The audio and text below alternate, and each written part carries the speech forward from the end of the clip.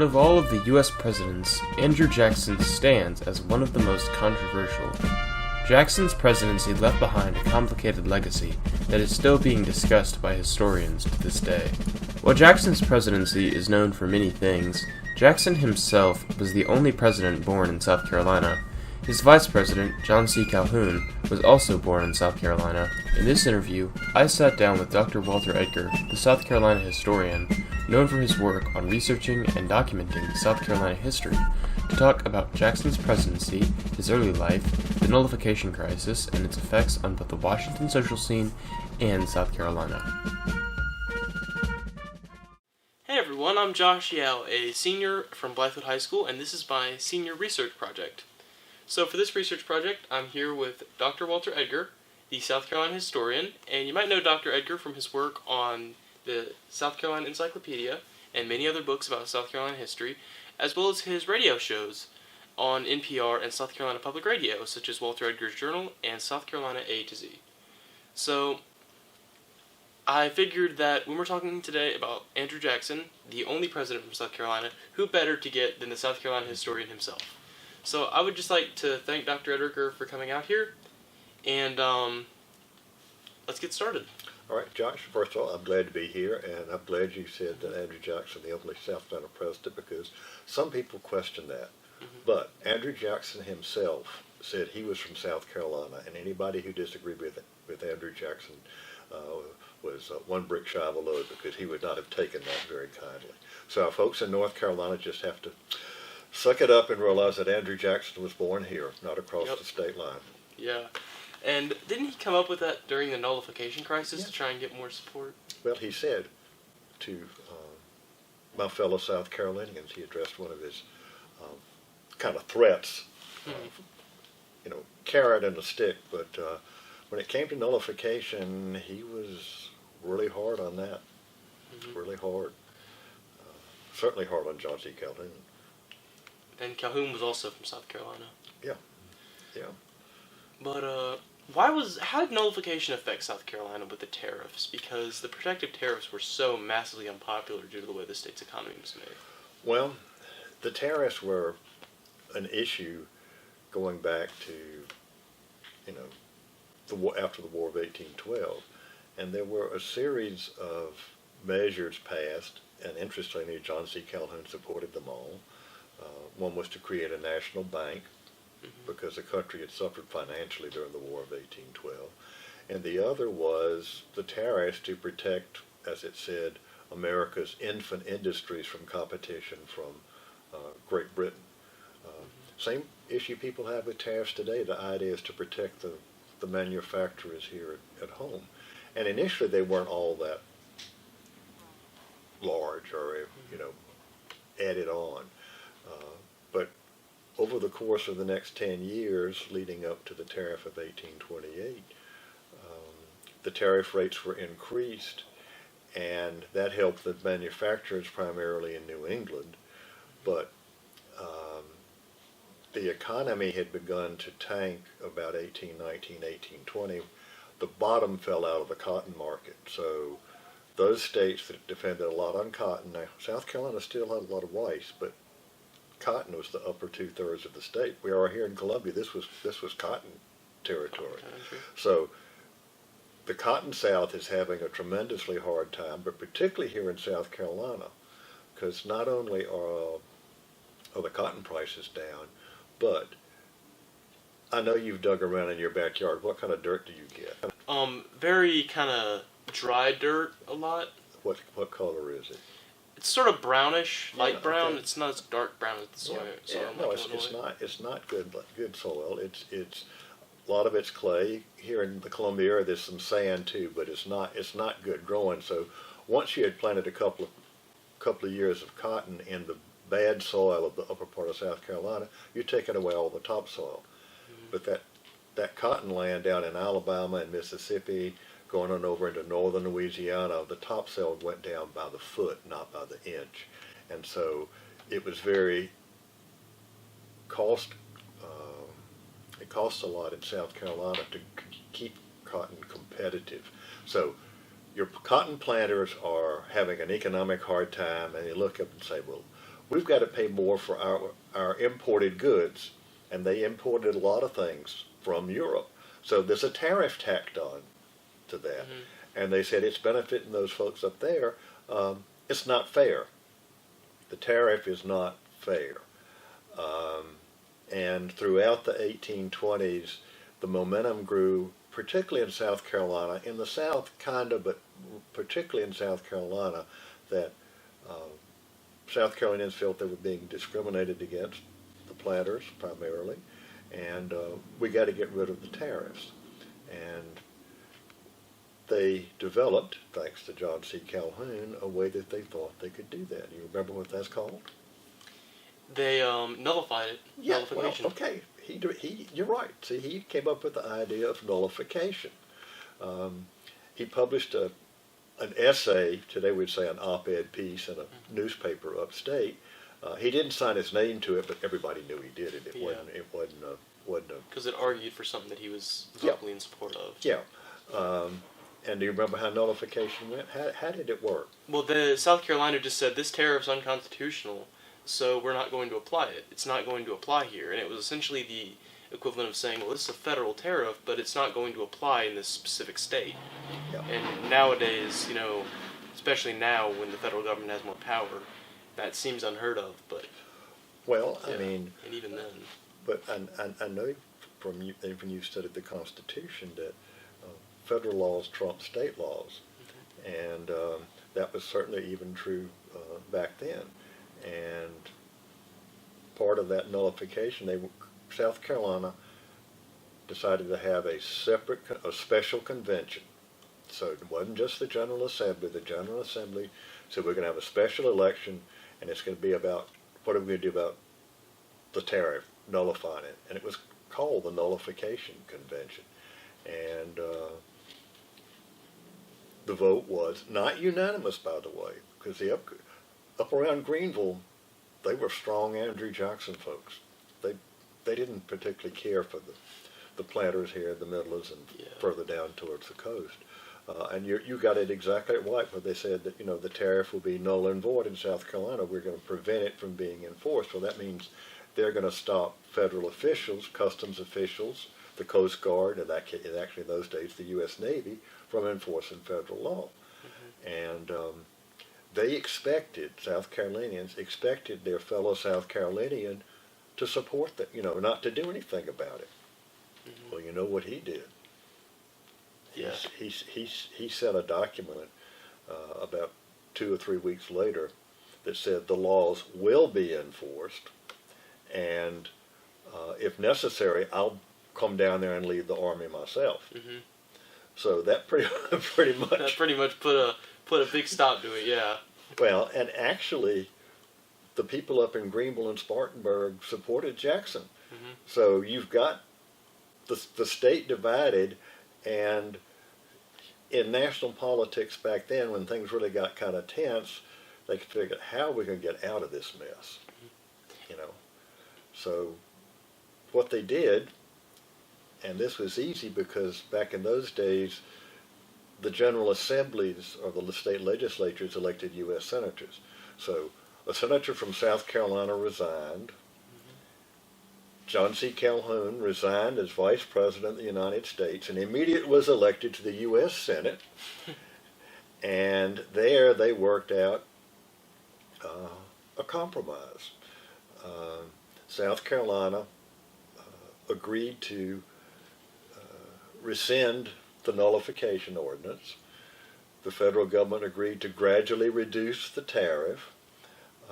But another part of that compromise was what was called the force bill, and that was it gave the president the power to use the Army and Navy to enforce the tariffs. So South Carolina had its nullification convention come back one more time. They repealed the ordinance of nullification, and then they nullified the force bill, which didn't make any difference. But South Carolina has to always have the last say. I mean, that's. Then I guess you could kind of see that as a prelude to the Civil War. Well, it was the first. Many people do call it the first steps, the first stages towards disunion. Now, the issue up front in public was the tariff. Behind that was the question of slavery and the federal government's position on slavery. I know Jackson was very pro-slavery, but I know that as time went on, you had people like the Free Soilers and the Whigs to some extent who, more as time went on, there was more and more this rut between groups about slavery. Right, yeah. And I think this kind of helped bring that to the surface. Well, see, it all started in 1819, 1820, 21, along about there. Three things happened particularly to affect South Carolina on the question of slavery. The first was the debate in Congress over the admission of Missouri. They have the Missouri Compromise, whereby Missouri comes in as a slave state, and they make a state out of Upper Massachusetts, which we now call Maine, to come in as a free state, to keep the balance in the Senate. So you've got this national question of Congress being able to discuss slavery. Oh, and by the way, not only will Missouri come in, but they're going to draw a line across the country and say, forever, above that's going to be free territory, and below that's going to be slave territory. Mason-Dixon line, yeah. So you got that, and then you've got South Carolina. The 1820 census found that for the first time since the Revolution, it was once again a state where the African American population was in the majority. And then then right on the heels of that, you get the Denmark-Vesey plot in Charleston. So white South Carolinians being in the minority were getting pretty tense about the federal government and the question of slavery. The issue was officially tariffs, but the power of the federal government to enact, to say, okay, like, we can draw this line, either above that's free, below that's slave, although the Southern senators agreed to that. But all of this played into the nullification controversy. And I see how it is, because it's like you have slavery being called into question through so many factors, and I can see how that kind of squeezed everything in. Well, it did. And what is, of course, interesting is that Calhoun and Jackson had a long-term relationship. In 1824, Calhoun was going to run for president, and he thought everything was going great until he was a very young man at that time.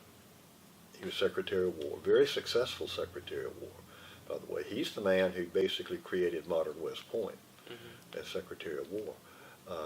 But his friends in Pennsylvania, which was at that point a very important state in terms of nominating. Now, they didn't have national conventions back then, Josh. Your name got put forward by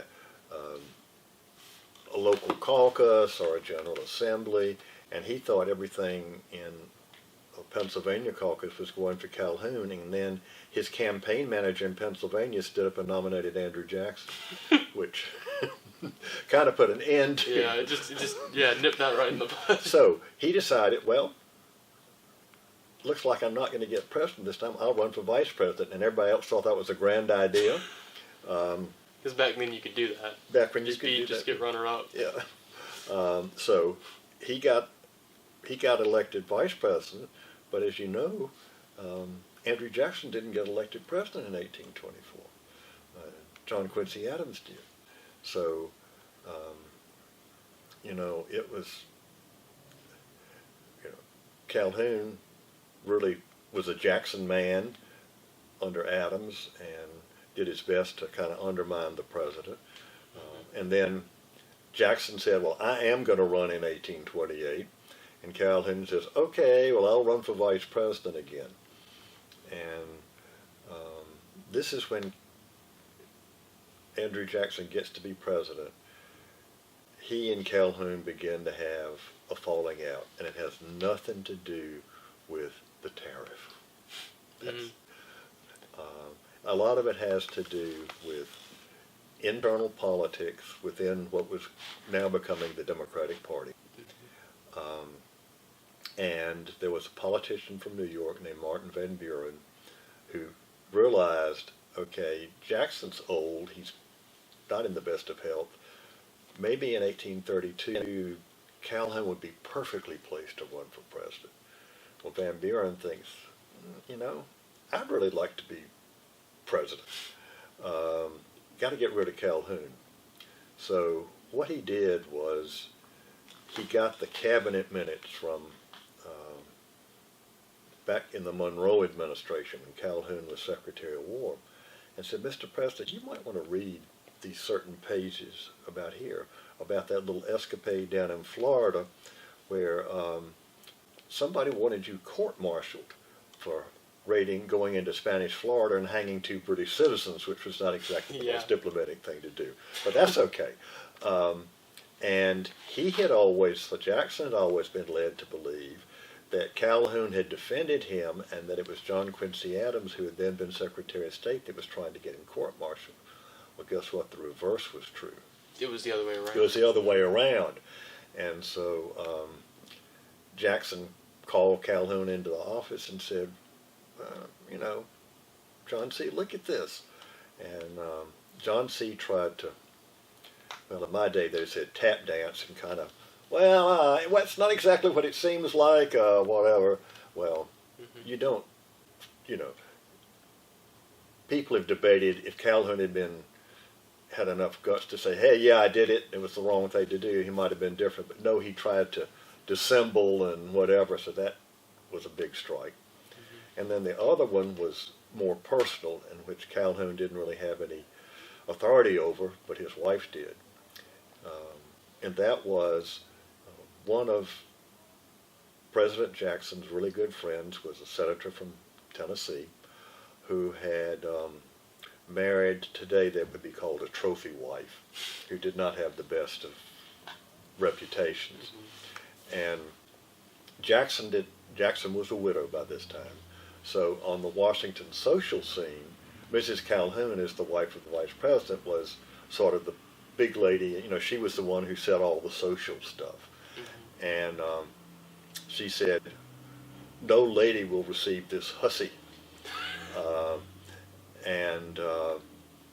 So Mrs. Eaton cries to her husband, who then goes to Andrew Jackson and said, look what this mean Calhoun woman is doing. And Jackson was really sensitive to this because during one of the presidential campaigns, people had said very ugly things about his late wife. He always thought that she actually died she was not very well, but that just kind of the stress of being called all sorts of evil things in the paper had killed her. And so he told Calhoun, he said, you know, go home, be a man, tell your wife she's got to receive Mrs. Eaton. Calhoun goes home, and Mrs. Calhoun says, nope, not going to do that. And, you know, well, dear, you really need to do this. And she says no. She packed up her clothes, went home to South Carolina, and never set foot in Washington, D.C. again. And so Calhoun had to say, well, Mr. President, I can't make it happen. And that didn't go down very well. And so it's gotten to be real personal. See, the tariff comes into this, but this is really getting down. You've got two upcountry South Carolina boys, both from Scots-Irish descent, that are really getting ready to get into a you-know-what kind of contest with one another. So it was kind of like you had this personal drama that just bubbled over because of something economic. Yeah. That's crazy. Like, I guess when you're learning about U.S. history, you always kind of think of everybody as just like robots, but there were real people and there was real drama and stuff going on there. Yeah, and it was very, very personal.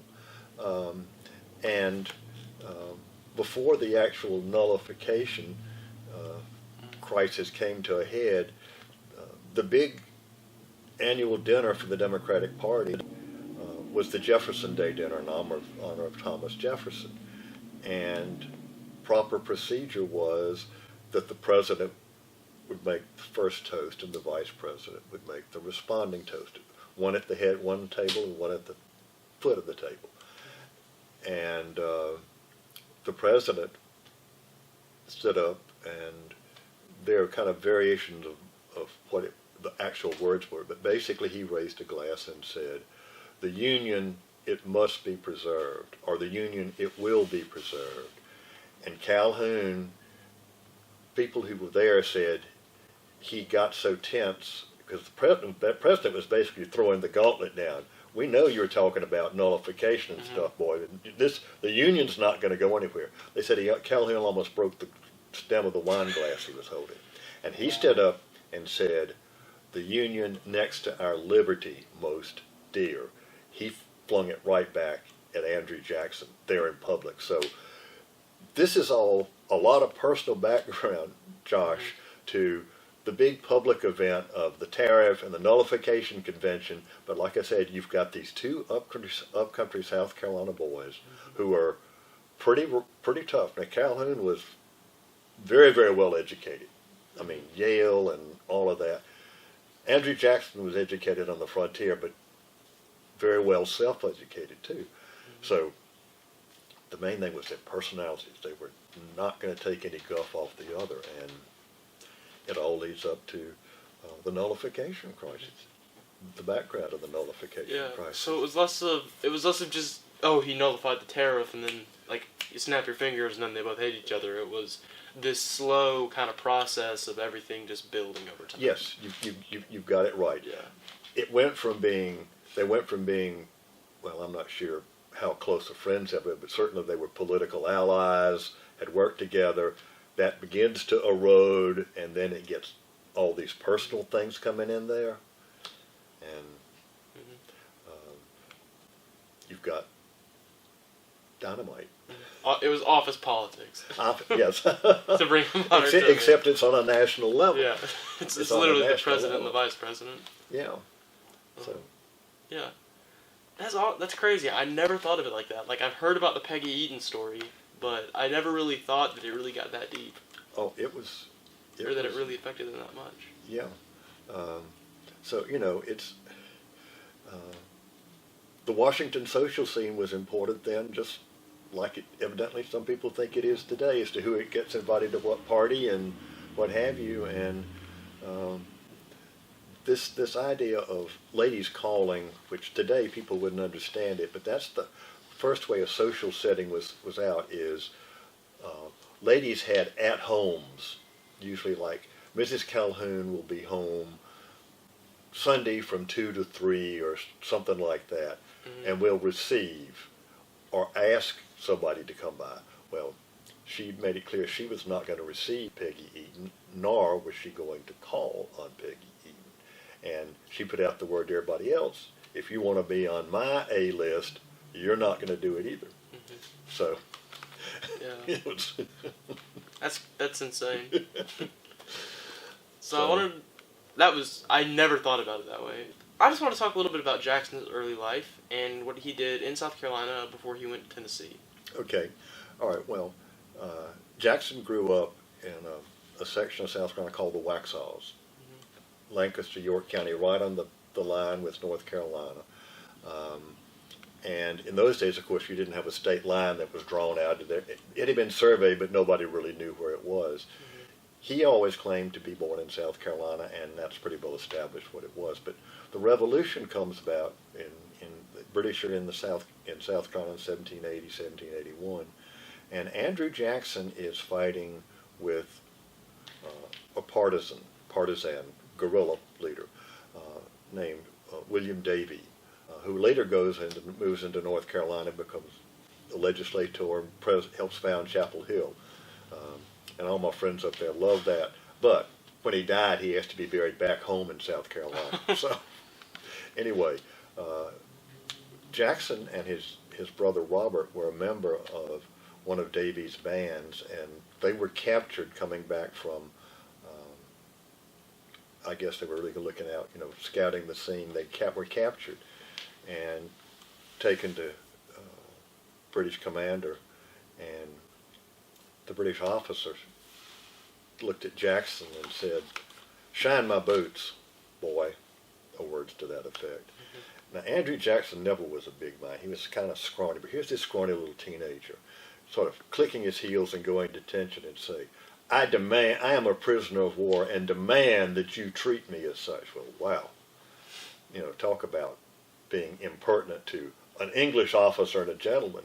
He said, "All right, you want to feel it?" He pulled his cavalry saber. Now, I know we're not talking about any little light thing. a cavalry saber coming down can take the neck off a horse. Mm-hmm. So he pulls his cavalry saber and takes a whack at Jackson, who throws his hand up, and the saber bites down to the bone, and he took that scar and his hatred of everything English to the grave. That's one reason why later on in Florida he had no problem hanging two British citizens. His brother Robert, also just a young teenager, the same command was made, except Robert was not quick enough. He was clipped in the head, the wound became infected, and he died a very gruesome death about 3 weeks later. So Andrew Jackson hated everything to do with the English. Because they hurt him and killed his brother. Hurt him, and it gets even more than that. His father had died before the Revolution, so his mother was a widow.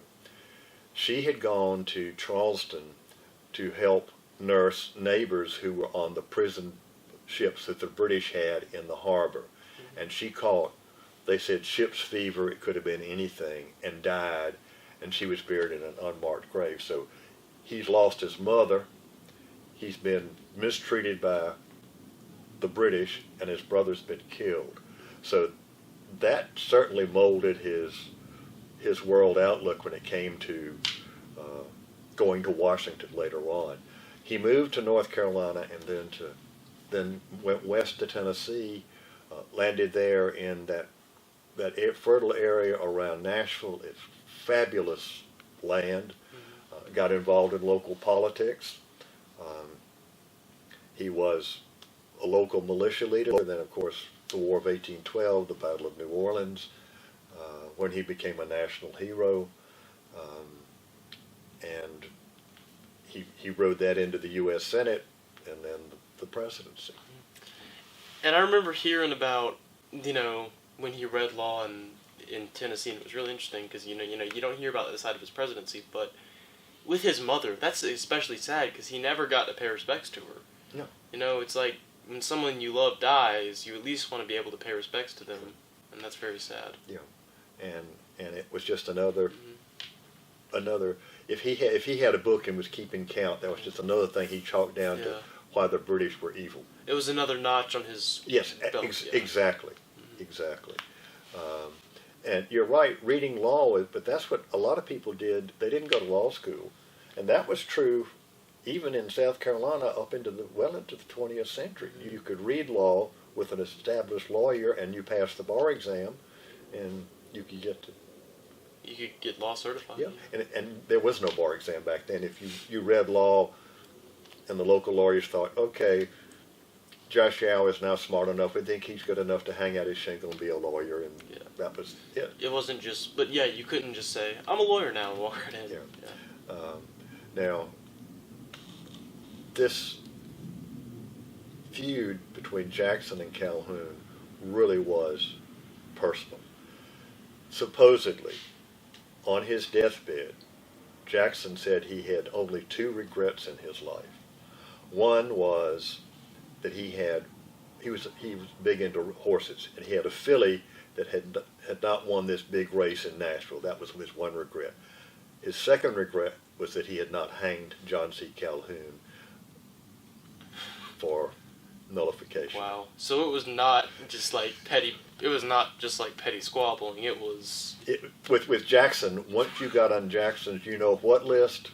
When you were on his blacklist, you were staying there forever. Yeah. Mm-hmm. Yeah. Wow. That is not somebody that you would want to mess with. Especially no, you did not. Which is why, we started off, and you said he's from South Carolina. I said, Josh, you're absolutely right. And anytime somebody says that from North Carolina, I said, you're disagreeing with John C. Calhoun, and you're a darn fool if you do that. I'm sorry, Andrew Jackson. Mm-hmm. Go ahead and leave the correction in. That's fine. I'll even leave that part in. Yeah. So, what else you want to talk about? I wanted to talk a little bit about the popularity that the Democratic Party had at the time, because you mentioned that they were more popular in Greenville and Spartanburg, but also kind of their interplay with the Whigs and how the Whigs fared in South Carolina. Well, or the Whigs and the National Republicans. Well, of course, when the country was founded, we ended up having two parties, the Federalists and what would become the Jeffersonian Democratic Party. And then the Federalists pretty well died out. They had their last gasp around the War of 1812. But most people don't realize that some of the strongest Federalists in terms of national figures were South Carolinians. They never got elected president or vice president, but they were, very powerful early on and within the Federalist Party. Federalist Party dies out, so you've basically got one party. And that seems to be okay for a while, but then you begin to have issues like tariffs, you begin to have issues like westward expansion, you begin to have issues like slavery, and so eventually you come down to the formation of the Whig Party, which was in opposition to Andrew Jackson.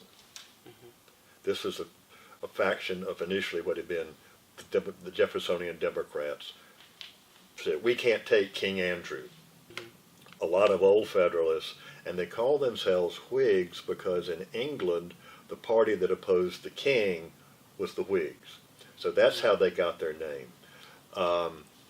They never took root in South Carolina, and actually, once John C. Calhoun has gone through nullification and he's in the Senate, which means he's really controlling South Carolina politics right now, it was whatever he said, and they might be nominally Democrats, but John C. Calhoun, he made sure, as more than one historian has said, is that the Whigs were stillborn in South Carolina. Even though you had people who believed what the Whigs did, they were politically they didn't get anywhere.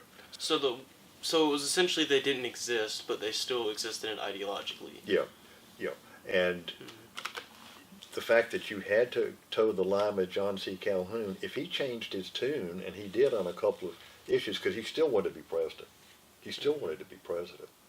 And all of a sudden, you could believe, for example, that internal improvements, federal government for support of building roads and canals and that kind of thing. Well, that was a Whig issue. They were all in favor. Henry Clay, those people were all in favor of that. Calhoun was opposed to it, but then later on, in the 1840s, he began to say, well, it's necessary for defending the coast, and it's necessary for rivers and harbors, and he started talking about in the Midwest, we'll do internal improvements. Well, he had loyal supporters who said, we're never going to go along with internal improvements, and he said, change your tune. They didn't. He sent them to political purgatory. So, I mean, he was the face and the power behind South Carolina politics till the day he died. And you mentioned that the Whigs never took root. They never took root in South Carolina. So it wasn't like now where you could have like you'd have like a Democratic and a Republican candidate. It wasn't like you'd have a Whig candidate and a No. It was you had obviously there might be factions within a particular party, but this was a one party state. Interestingly, after Calhoun's death, they were South Carolina Democrats. They began to work with the National Party, and Speaker of the House, James L. Lohr from Greenville, on the eve of the Civil War, he was a Democrat. Of course, then you get to 1860, and where's the place you really don't want to have your national convention? Yeah, South Carolina. Charleston. Or anywhere in South Carolina, but Charleston especially. Despite the fact it was a fun place to go to. Yeah. Just a little war. Yeah. That's crazy. And I also found it really interesting that you mentioned that there were so many powerful Federalists from South Carolina, because I always thought of the Federalists as more the New England Party, because that's where they took root, especially later in their life. Well, it did, but initially, Charleston was a Federalist stronghold. Families like the Middletons and the Pinckneys, they were Federalists. And several of the Pinckneys were nominated for national office, for vice president and president. This is after Jefferson, but when Jefferson carried South Carolina in 1800, that put the kibosh on the Federalist as a power in South Carolina. They sent a congressman every now and then, but no, they're not going to carry the state in presidential elections. That makes a lot of sense. Because, like, I just, like you said, it's really interesting to see how the party dynamics have changed. Because now if you just had, say, all Republican or all Democratic senators in a certain state, that'd be unheard of. Yeah. But it was much different. Well, and it changed. You know, with elections, I mean, people, some states became recognized as being, this is before the Civil War, it's trending Democratic, or in 1850, all of a sudden the Whigs are 1852. The Whigs are gone. This new party is coming into existence, the Republican Party, and it sweeps away the old Whigs. And in 4 years, wins the presidential election. Whigs just went gone. Yep. Yeah. That's crazy.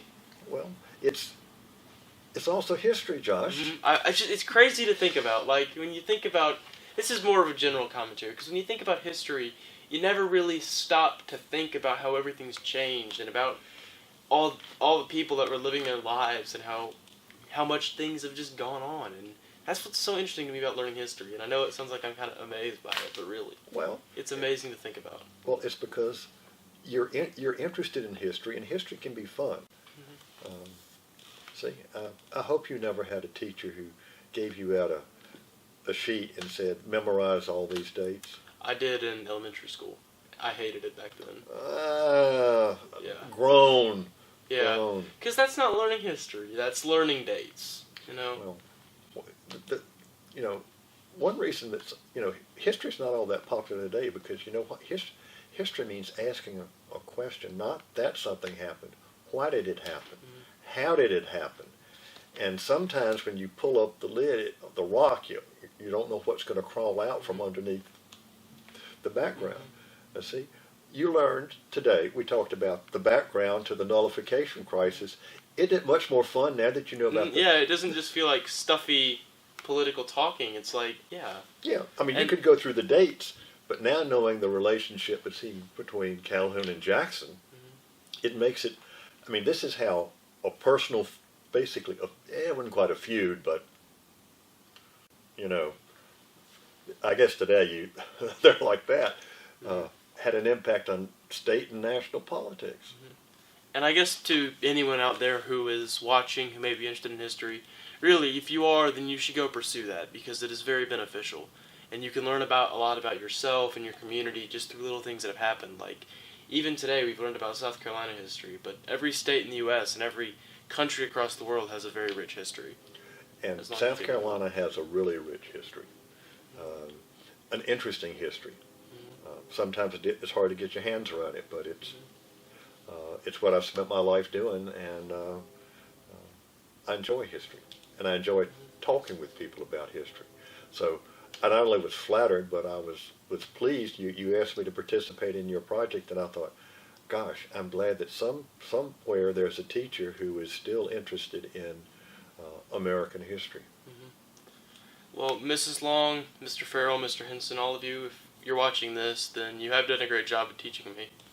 And obviously, Josh, from the looks on your face when you ask questions, you get excited about learning about history, and but that tickles me too. That makes me feel good. Thank you. I'm glad that you are seeing that young people can be excited about history too, because history is a constantly evolving process, and we need to understand history to understand ourselves. Oh, I'm not going to tell your dad, but you sound like you're going to be a historian, because that has been my line, is if you don't understand the past, your community's past, then you don't know who you are. You really don't. Thank you so much for coming out here today. I think this interview's gone great. Josh, it's been a pleasure, and I wish you well next year in college, whether you go to Clemson or not, or whether you come to Carolina or not. Go where your heart is, and I know your dad's behind the camera, but if you go for history, go for history. Thank you, Dr. Edgar. Yeah, awesome. Okay.